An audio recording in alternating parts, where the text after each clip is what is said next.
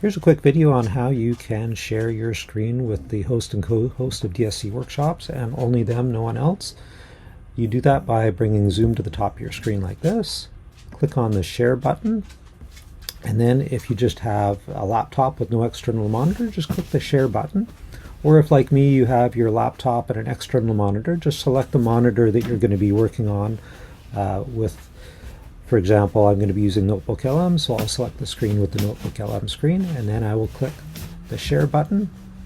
And now I'm sharing my screen with the host and co-host only, and you'll get this bar here that allows you to chat and do other things like that. And you can move it wherever on your screen it makes sense, so it's out of the way while you're working. Again, I'll just stop sharing, go over this one more time.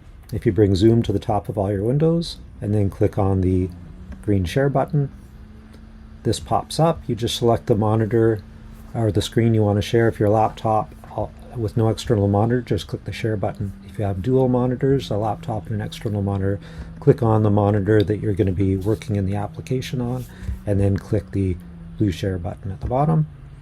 And then you'll be sharing your screen, and you'll get this floating Zoom box that you can chat and do other things on there if you need to, or stop sharing down at the bottom right there.